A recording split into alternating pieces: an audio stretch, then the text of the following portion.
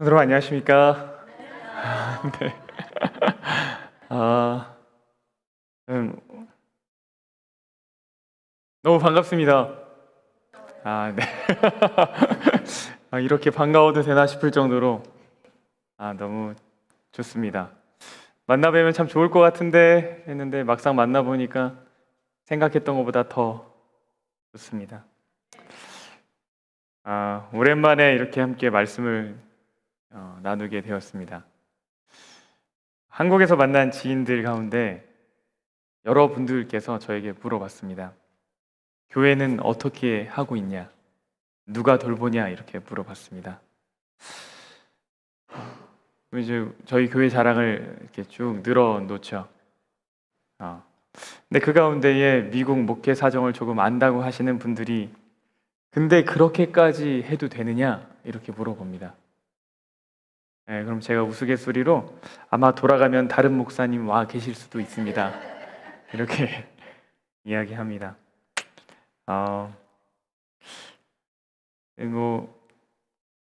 그 이야기 후에는 사실 우리 교회는 절대 그렇지 않은 교회라고 또 자랑을 이만큼 늘어놓긴 하죠. 기도하면서 기다려 주셔서 감사합니다. 제가 한국에 있는 동안 정말 많이 깨달은 것 중에 하나가 있는데 정말 많은 사랑을 받고 있구나 라고 느꼈습니다. 사랑을 받는다는 것은 정말 이루 말할 수 없이 감사한 일이라는 걸 깨달았어요. 그리고 반면 사랑을 받지 못한다고 느끼는 것은 참 가슴 아픈 일이구나 라고 또한 느꼈습니다. 아이가 저에게 했던 이야기 중에 정말 가슴이 아팠던 이야기가 있어요. 그 어떤 이야기보다 마음 아팠던 이야기가 있는데 어느 날 아이가 저에게 이렇게 이야기했습니다. 아빠, 사람들이 나를 미워하는 것 같아. 나는 바보야. 그래서 사랑을 못 받아. 이렇게 얘기를 하는 거예요. 아마 저희 아이들 3명 중에 누가 이 이야기를 했는지 아마 본인들도 이제 기억 못 할 것 같아요. 네. 자신이 뭔가 불리한 상황이라서 홧김에 한 이야기일 수도 있고 아주 찰나의 순간에 있었던 지나가는 감정을 아주 커다랗게 불려서 한 이야기일 수도 있을 것 같아요. 그러나 이렇든지 저렇든지 상관없이 아이의 입에서 그 이야기를 들었을 때 아빠, 사람들이 나를 미워하는 것 같아. 이 이야기를 들었을 때 너무너무 마음이 아팠어요. 너무 마음이 아팠어요. 근데 하나님 역시, 예수님 역시 사실 이러한 마음을 갖고 계시는 거죠. 나는 누구에게도 환영받지 못해 라고 하는 마음을 가지는 사람들을 하나님은 그냥 내버려 두지 않으신다라는 거예요. 예수님은 어떤 사람도 그분의 보호와 사랑에서 끊어졌다라고 생각하는 것을 그냥 보고 계시지 않는 거예요. 그렇게 누군가가 생각하는 것을 예수님 너무 마음 아파하시고 싫어하신다는 거죠. 그래서 예수님이 하신 일이 무엇인가 하면 그렇게 생각하는 사람들을 다 초청하셨어요. 힘든 사람들, 짐에 눌린 사람들. 예수님이 뭐라 그랬냐면 다 나에게로 오라라고 하셨어요. 마음을 어디에 두지 못하고 기댈 곳이 없다고 느끼는 모든 사람들을 예수님이 초청하셨어요. 오늘 그 초청의 이야기를 우리 함께 좀 보려고 합니다. 마태복음 11장에 있는 말씀이에요. 마태복음 11장 28절부터 30절에 있는 말씀을 우리가 함께 봉독하고 그 다음에 말씀을 나누도록 하겠습니다. 마태복음 11장 28절, 29절, 30절입니다. 마태복음은 신약성경 첫 번째 책이죠. 우리 찾으셨으면 아멘 하시겠습니다. 아멘. 자, 우리 28절부터 함께 읽겠습니다. 시작. 수고하고 무거운 짐진 자들아 다 내게로 오라. 내가 너희를 쉬게 하리라. 나는 마음이 온유하고 겸손하니 나의 멍에를 메고 내게 배우라. 그리하면 너의 마음이 쉼을 얻으리니 이는 내 멍에는 쉽고 내 짐은 가벼움이라 하시니라. 아멘. 여러분, 예수님은요, 그 마음에 쉼이 없는 사람들, 수고하고 무거운 짐을 진 사람들을 당신의 품으로 초청하셨습니다. 여러분, 이 초청은 오늘날도 동일합니까?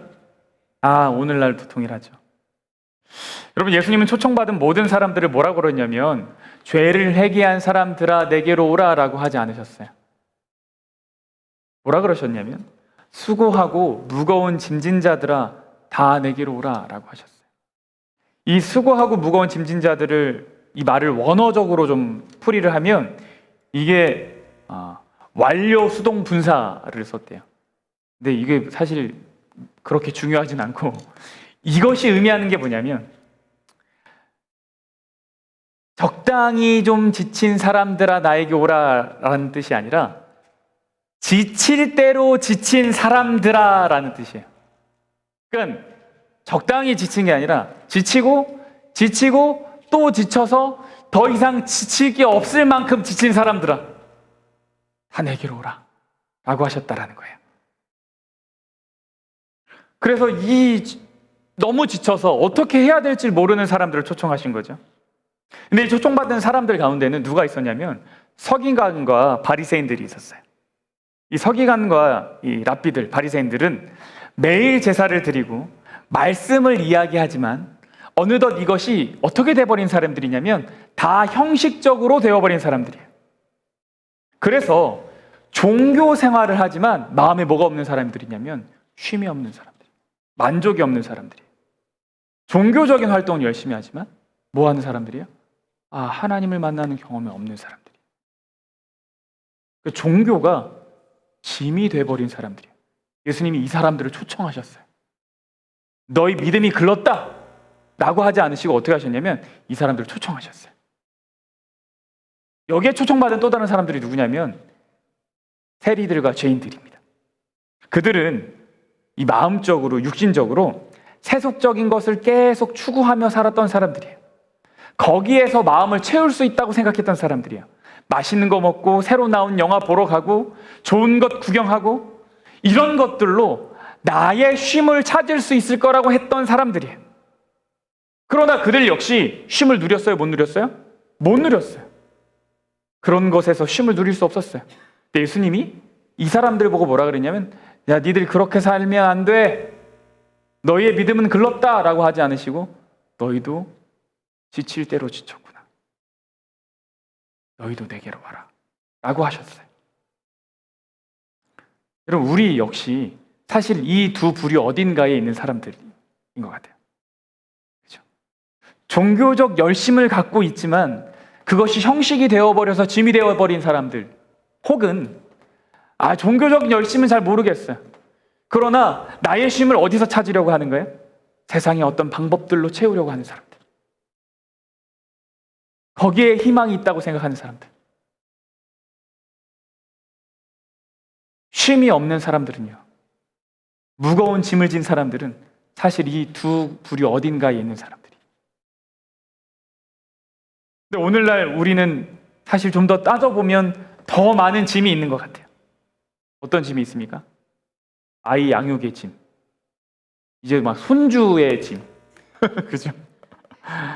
애들 학교 보낼 걱정도 해야 돼.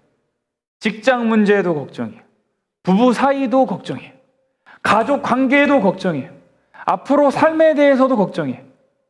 따지고 보면, 정말 따지고 보면 세상에 짐이 아닌 것이 없어요. 그 수고하고 무거운 짐진 자들, 지칠 대로 지친 자들, 예수님이 초청하셨습니다. 우리 모두를 초청하신 거예요. 시대소망의 한 글귀를 읽어드리겠습니다. 예수께서는 마음 상한 자와 근심하는 자들, 희망이 시든 자들, 세속적인 기쁨으로 영혼의 갈망을 가라앉히려고 힘쓰는 자들을 보면서 그분 안에서 모든 쉼을 얻도록 초청하셨다. 여러분, 오늘 본문은요, 이런 우리가 예수님에게로 가면 무슨 일이 일어나는지를 보여줍니다. 어떤 과정을 거쳐서 이 짐이 해결이 되고 우리는 쉼을 누리게 되는지를 보여주고 있어요. 근데 사실 이 방법은 아주 간단합니다. 어떻게 쉬나요? 어떻게 쉬게 되나요? 다 내게로 오라. 그러면 내가 너희를 쉬게 하리라 이렇게 말씀하셨어요. 이게 사실 우리가 해야 될 영역이에요. 우리가 어떻게 해야 되냐면 이 초청에 응해야 되는 거예요. 그죠? 그래서 하나님께로 가는 거예요.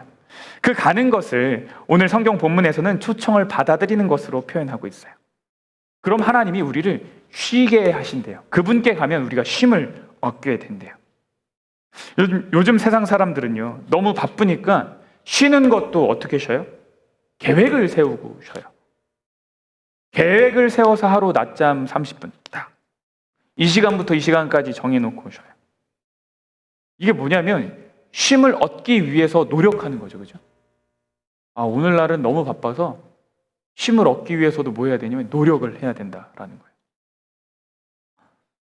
근데 여러분, 하나님이 지금 우리에게 주시려고 하는 쉼은 그런 차원의 쉼이 아니에요.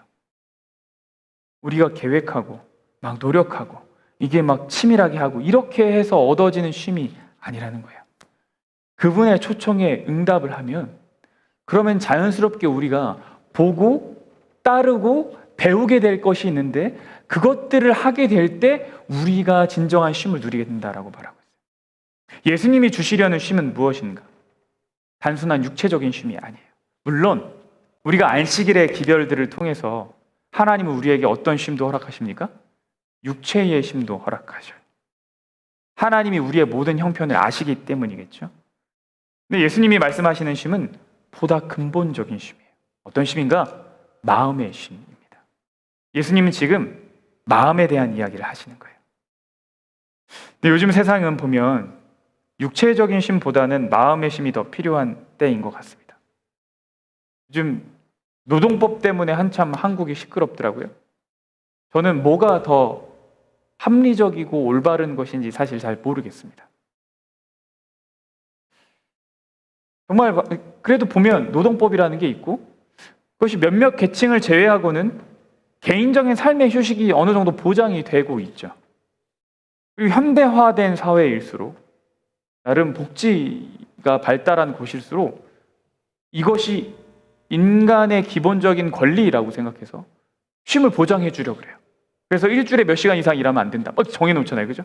그 얘기는 뭐예요? 너는 쉬어라. 저도 합회에서 연락이 옵니다. 휴가를 안 썼다. 쉬어라. 이렇게 연락이 와요. 근데 여러분, 오늘날 사람들이 그 제도 속에서 살아간다 그래서 마음에 짐이 없는 것 아니죠. 삶의 휴식이 보장되어 있다 그래서 마음의 짐이 사라지는 건 아니에요. 사람들이요, 육체적인 짐을 관리하는 방법은 이제 좀 아는 것 같은데 마음의 짐을 관리하는 법은 여전히 몰라요. 동네마다 짐을 관리해 주는 곳이 있죠. 특별히 미국에 오면 있어요. 뭐가 있어요? 스토리지가 있어요. 그죠? 짐이 있으면 어떻게 하면 돼요? 맡기면 돼요. 우리 삶의 짐을 핸들해 주는 많은 도움을 주는 것들이 있어요. 근데 우리 마음의 짐은 어떻게 하냐고요. 예수님이 그 말씀을 하고 계시는 거예요. 여러분의 마음의 짐은 어디서 관리하십니까? 유튜브에서 관리하십니까? 쇼핑하면서 마음의 짐이 좀 관리가 되시나요? 여러분 어디서 마음의 짐을 관리하십니까? 예수님이 지금 그 방법을 말씀하고 계세요. 예수께로 가면 쉼을 누리게 된다. 마음의 쉼을 누리게 된다. 근데 질문이 생겨요. 어떻게 하나님이 우리를 쉬게 할 것인가? 이죠. 그래요, 좋아요. 우리가 하나님께로 갔어요. 그럼 가면은 무슨 일이 생겨서 우리가 쉬게 될까? 이게 뭐냐면 이것이에요. 나는 마음이 온유하고 겸손하니 나의 멍에를 메고 내게 배우라. 그리하면 너희 마음이 쉼을 얻으리니. 우리가 그분께 가면 우리가 반드시 지게 되는 것이 있어요. 그게 뭐냐면 멍에래요. 그리고 그 멍에를 매면 배운대요. 배우고 나면 우리가 마음의 쉼을 얻을 거래요. 이것이 성경이 말하는 마음의 쉼을 얻는 방법입니다. 근데 문제는 이것이죠. 멍에라는 것이 우리 생각 속에 어떤 거예요? 무거운 거죠. 짐이에요. 또 다른 짐이죠. 그러니까 예수께 가면 마치 뭐 하는 것처럼 보이냐면 또 다른 짐을 우리가 얻게 되는 것처럼 보이죠. 사실 이 부분 때문에 우리가 예수님께 잘 가려 하지 않아요. 대표적인 게 뭐가 있습니까? 교회 가면 술, 담배 끊어야 하잖아요. 그죠? 이 술, 담배를 끊는 것이 뭐예요? 멍해라고 생각하는 거예요. 그래서 뭐 하는 거예요? 이 초청에 응하지 않는 거예요. 내가 생각하는 쉼을 다 누리지 못하게 될 거라는 생각을 하는 거죠. 여러분, 종종 이 성경의 가르침들을 우리가 너무 추상적으로 여길 때가 있습니다. 그래서 현실이랑은 너무 동떨어진 이야기를 한다고 느낄 때가 있거든요. 근데 사실 성경은요, 너무너무 현실적인 책입니다. 우리 현실과 괴리가 있는 책이 아니고 우리 삶과 아주 밀접한 책입니다. 그래서 그분의 멍에를 매라는 이야기가요, 추상적인 이야기가 아닙니다. 아주 실제적인 이야기예요. 이 방법을 우리가 실천을 하면 반드시 약속의 응답을 받습니다. 마음의 쉼을 누릴 수가 있어요. 근데 이것을 우리가 하느냐 안 하느냐의 문제인 거예요. 근데 먼저 멍에를 이야기하기 전에 우리가 알아야 할 것이 있는데 이 이야기 속에 담긴 하나님의 마음입니다. 여러분, 멍에는 누가 지는 거냐면 소가 지는 거죠. 그 멍에는 일을 없애는 것이 아니라 일거리를 가볍게 해주는 거예요. 맞습니까? 그러니까 멍에를 매면 일거리가 없어지는 게 아니고 해야 될 일이 수월해져요. 그죠?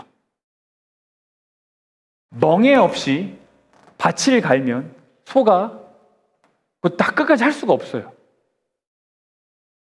멍에가 있기 때문에 잘 끌 수 있고 그래서 일이 수월해지는 겁니다.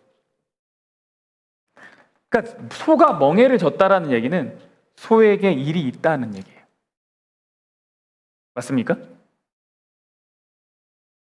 우리가 멍에를 져야 된다라는 얘기는 뭐냐면 우리에게 해야 될 일들이 있다라는 얘기죠. 여기서 우리가 발견할 수 있는 하나님의 마음 첫 번째가 뭐냐면, 한 가지가 뭐냐면 하나님이 우리의 삶의 일들을 알고 계시다라는 거예요. 그걸 외면하는 분이 아니라는 거예요. 우리가 멍에를 매라는 이야기는 우리의 삶의 문제를 외면하면서 살 수 있다라는 말이 아니라는 거예요.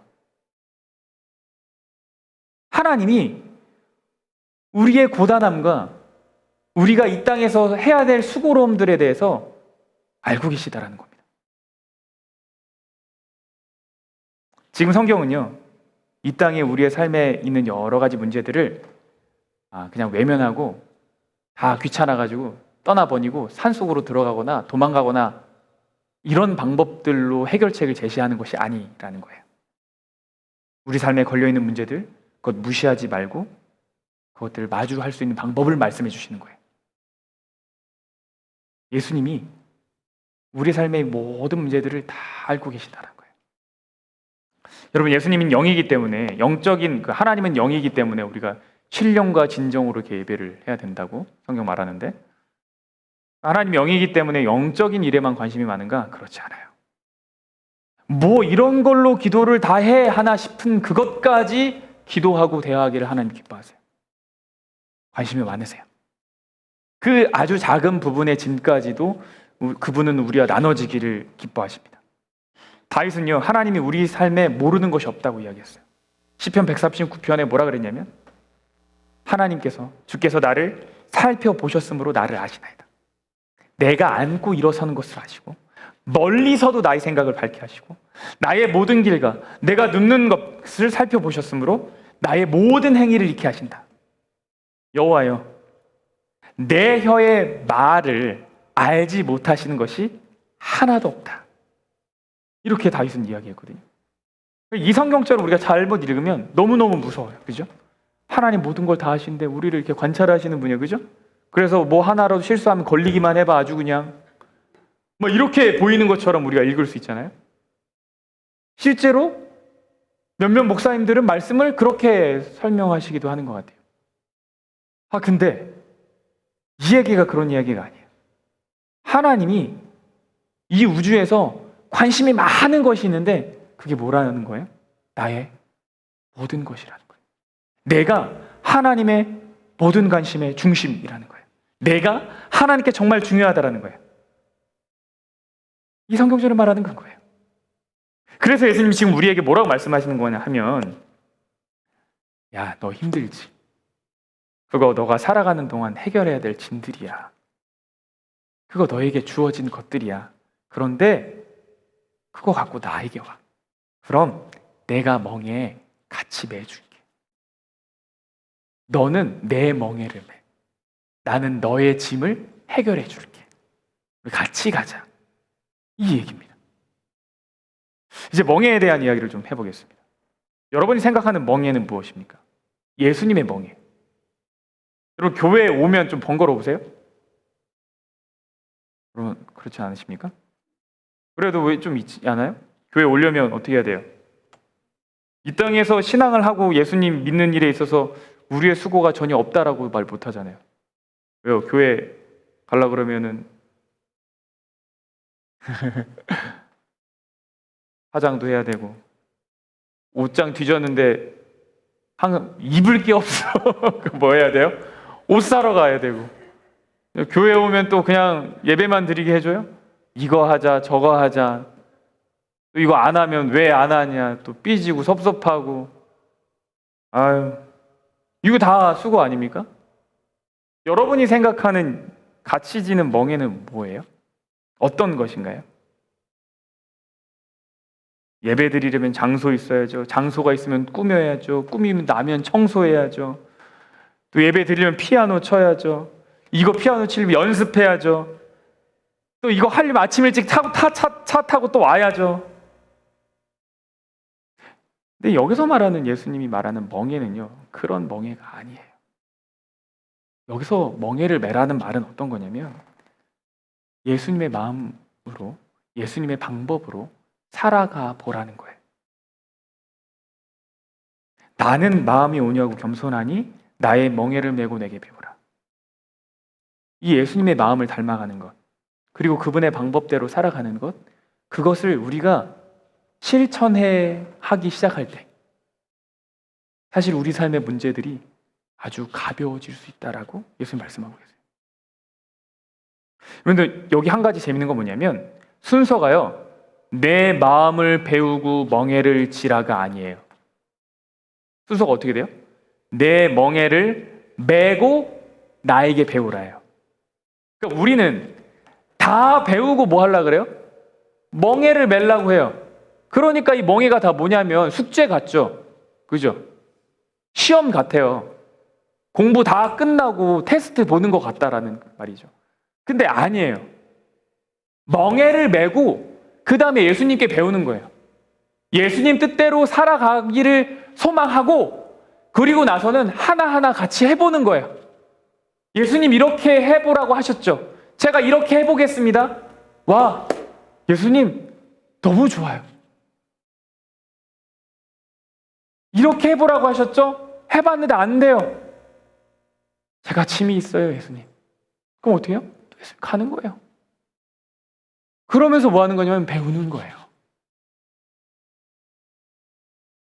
30절에 이렇게 말해요. 이는 내 멍에는 쉽고 내 짐은 가벼움이니라 이렇게 말씀하셨거든요. 여기서 쉽다라는 말이요, 헬라어로 크레스토스라는 말이래요. 근데 이 말의 뜻이 뭐냐면 이지가 아니에요. 내 멍에는 이지해, 이게 아니거든요. 근데 신앙인들이 이거를 뭐라고 생각하냐면 계속 이지한 걸로 풀어보려고 해요. 그러니까 예수님께 왔는데 생각했던 것처럼 이지하지가 않으니까 뭐 하는 거예요? 아, 이거 별로 얻을 게 없다. 내가 원하는 대로 안 된다. 라고 생각하고 뭐예요? 예수님을 다시 떠나려고 하는 거예요. 근데 여기서 말하는 것은 쉽다라는 말은 이지가 아니라 좋다, 즐겁다, 사용하기에 적절하다, 부드럽다 이런 뜻이에요. 그래서 다시 풀어보면 이거예요. 이는 내 멍에는 부드러워. 이 멍에는 즐거워. 이런 거예요. 예수님은 우리에게 자신의 멍에를 메고 배우라고 하셨어요. 이 말은 그분의 마음을 가지고 그분의 방법대로 살아가 보라는 거예요. 그것이 우리가 이 땅을 살아갈 때 알게 되고 겪게 되는 마음의 짐들, 수고하고 무거운 짐들을 쉽게 하는 방법이라는 겁니다. 여러분, 오늘날도 세상의 표준에 도달하기 위하여 애씀으로 근심의 짐에 눌려 상심하는 사람들이 많이 있어요. 세상의 방식을 선택했고, 그래서 세상의 괴로움도 더불어 같이 갖고 살아가는 거죠. 이런 사람들은 근심하고 또 근심합니다. 여러분, 성경에 등장하는 몇몇 인간의 근심과 걱정에 대한 예수님의 처방들이 좀 있습니다. 근데 이것이 원칙들이 다르지 않고 사실 큰 틀에서 되게 동일해요. 이 패턴이 동일합니다. 마태복음 6장 19절 20절에 이 말씀이 있어요. 너희를 위하여 보물을 어디에 쌓아두지 말라? 땅에 쌓아두지 말라. 거기에는 누가 있다? 도둑이 있다. 이렇게 얘기했어요. 예수님이 뭐라 하냐면 너희의 보물을 어디에 쌓아두라? 땅에 말고 하늘에 쌓아두라. 그곳의 보물은 누가 가져갈 수 없다고요? 도둑이 가져갈 수 없다. 그리고 이 가르침의 요약이 뭐냐면 이거예요. 너의 보물이 있는 곳에 너의 마음이 있다. 그리고 이 이야기의 결론이 뭐냐면 목숨을 위하여 무엇을 입을까 무엇을 마실까 염려하지 말라. 몸을 위하여 무엇을 입을까 염려하지 말라. 이렇게 말씀하시고 끝났어요. 그러니까 염려하지 말라라는 그 염려하지 않을 방법에 대한 이야기를 앞에 설명을 해주셨다는 거예요. 근데 하나님이 무조건 염려하지 마, 걱정하지 마 이렇게 하지 않으시고 방법을 말씀해 주셨는데 이 방법이 뭐냐면 너 보물 갖지 마가 아니에요. 너 보물 갖지 마. 그럼 너 근심이 많아져 라고 말씀하신 게 아니라 보물을 갖긴 갖되 어디에 가지라는 거예요? 하늘에 가지라는 거예요. 그러면 근심 안 할 수 있어. 여러분, 예수님 말씀하셨어요. 보물이 있는 곳에 마음이 있대요. 근데 우리는 뭐라고 생각하냐면 내 마음이 있는 곳에 보물이 있다고 생각하거든요. 아니에요. 보물이 있는 곳에 마음이 있어요. 다시 말하면 내가 가진 것을 사용하는 그곳에 마음이 있어요.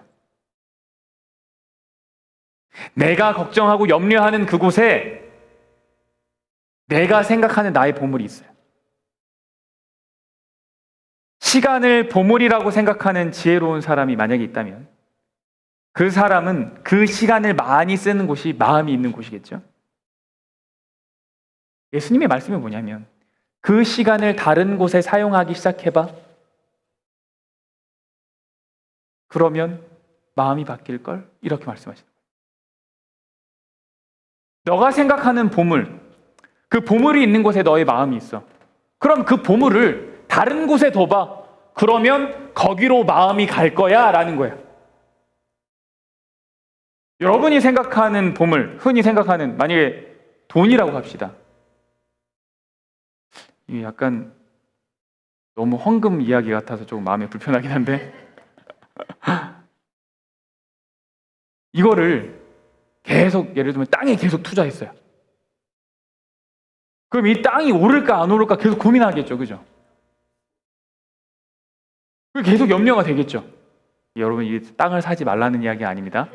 오해하지 마시고 잘 들으셔야 돼요. 인간의 마음이 그렇게 흘러간다라는 거예요.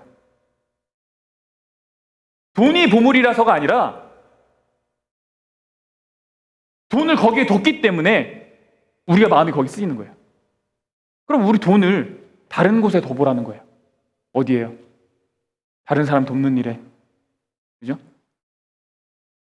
어떤 학생 장학금 주고 아니면 교회 헌금하고 선교 자금으로 내놓고 그럼 우리의 마음이 어디로 쓰이기 시작해요? 자연스럽게 여기로 쓰이게 되는 거예요. 그러니까 위치를 어디에 두냐에 따라 마음은 바뀔 수 있어요. 아주 커다란 원칙이에요. 내가 투자한 것이 많은 것에 나의 염려가 있어요. 사람들이요, 걱정을 뭐라고 생각하냐면 정서적인 부분의 문제라고 생각합니다. 그래서 정서적인 부분을 어떤 것을 다루는 것을 통해서 이 문제를 좀 해결해 보려고 그래요. 근데 예수님이 말씀하신 방법 아주 독특해요. 보물을 두는 곳을 바꾸라 해요. 나의 시간을 쓰는 곳을 바꿔봐라. 나의 돈을 쓰는 곳을 바꿔봐라. 나의 생각을 쏟았던 곳을 바꿔봐라. 아주 단순하지만 이것을 정말 바꾸면 우리의 삶의 패턴들이 바뀌기 시작해요. 그럼 뭘 얻게 돼요? 염려라는 것이 사라질 수 있다라는 거예요. 그와 같은 통찰력으로, 그와 같은 패턴으로 예수님이 여기서도 말씀하시는 거예요. 자신의 멍에를 매는 것으로 우리의 짐이 가벼워질 거라고 말씀하시는 거예요. 세상의 가르침과는 반대죠. 세상은 삶의 문제가 가득해서 정말 지쳐버린 사람들한테 뭐라 그래요? 야, 좀 쉬어. 여행 좀 다녀와. 근데 예수님은 뭐라 그러냐면 나에게 와서 멍에를 메고 배워봐. 그러면 뭐 할 수 있어? 마음의 쉼을 누릴 수 있어 라고 말씀하십니다. 세상의 짐들이 그 예수님과 함께하는 것으로 가벼워질 수 있다는 거예요. 여러분, 제가 한국에 있는 동안 세로남 쉼터라는 곳에서 한 주간 지낼 수 있었어요. 수술이 끝나고 에덴 요양병원에서 3주 정도 있었다가 그다음에 가족이 다 퇴원을 하고 형이랑 같이 퇴원하고 형과 이제 가족들은 제 집으로 가고 저는 세로남 쉼터라는 곳으로 들어가서 한 주간 머물렀습니다. 이 세로남 쉼터가 어떤 곳이냐면 질병을 가지신 분들이 그 질병이 뭐 마음의 병이든지 어떤 신체적인 병이든지 이 병들을 가지신 분들이 뉴스타트 프로그램에 참여해서 이제 건강을 회복하게 해주는 그런 곳이에요. 근데 저는 잘 몰랐는데 여기가 생각보다 굉장히 유명하더라고요. 그래서 전 세계에서 옵니다. 한국 사람들만 오는 게 아니라 외국 사람들도 옵니다. 제가 갔더니 제일 교포 한 분이랑 아예 일본 분 한 분이랑 영국 친구가 있었어요. 근데 거기서 생활을 하는 거예요. 그래서 참 열심히이세요. 그분들이 영어로 말씀을 들을 수 있도록 다 도움을 주시려고 그러고 또 일본말로 다 실시간으로 통역도 해주려고 다 이렇게 그런 것들을 이제 하셔서 진행하시더라고요. 근데 이 질병 있는 분들이 보니까 마음에 짐이 있는 분들이 많이 계셨어요. 그곳에 먼저 들어와 계신 분들이 저를 이제 처음 왔으니까 이제 반겨주는 거예요.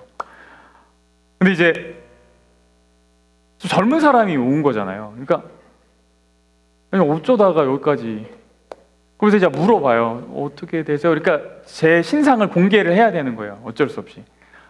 제가 사실 이러저러해서 어디서 왔어요?부터 물어보니까 미국에서 왔습니다. 미국 학생? 뭐 이렇게 물어본단 말이에요. 그래서 제가 학생은 아니고 또 내가 목사입니다. 그럼 목사님? 그러면 또 옆에 있는 어떤 분은 목사님도 이런 데를 와? 어디가 아파? 막 그러면서 이제 그래서 상황을 설명해요. 제가 아프진 않고 막 이런 설명을 하는데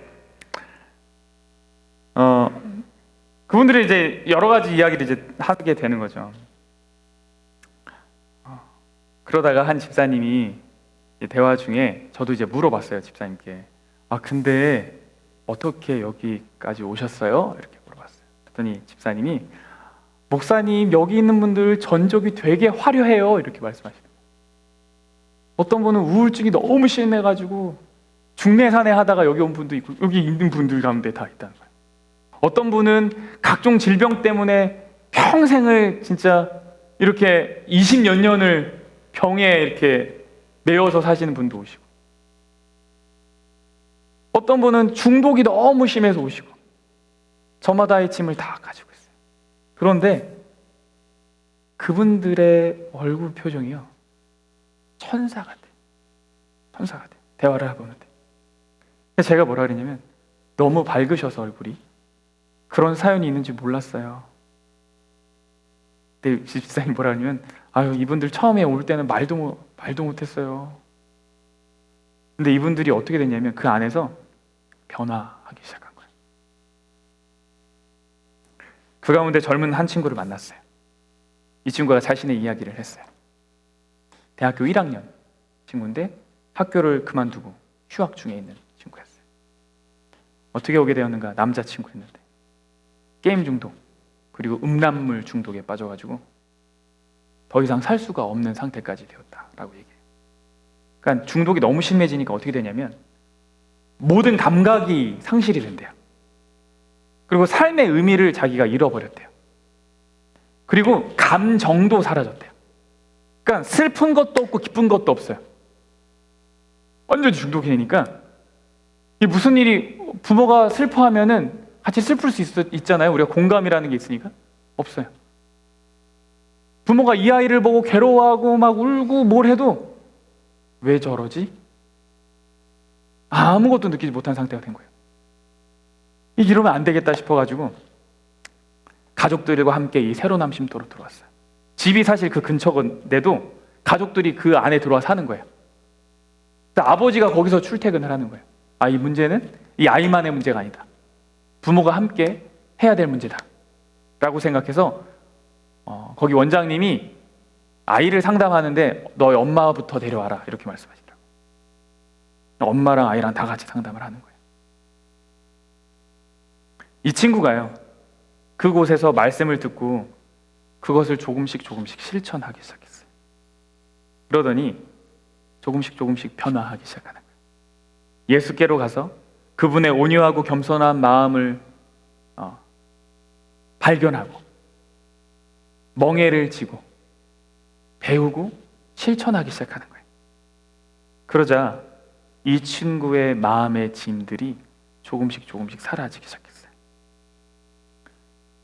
갔더니 얼굴이 너무 밝은 친구였는데 자신의 과거의 이야기를 담담하게 하는데 지금 봤을 땐 참 밝아요. 아이가.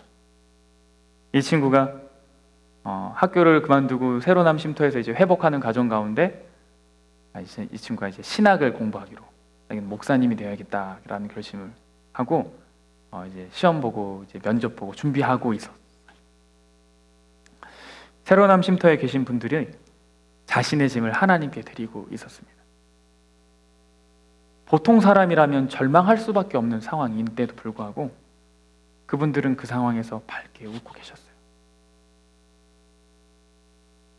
오늘도 예수님과 함께 멍에를 져야지.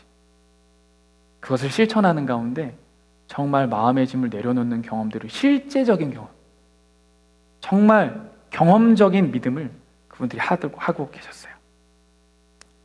그분들의 모습을 보면서 저 역시 그곳에서 많은 회복을 경험했습니다.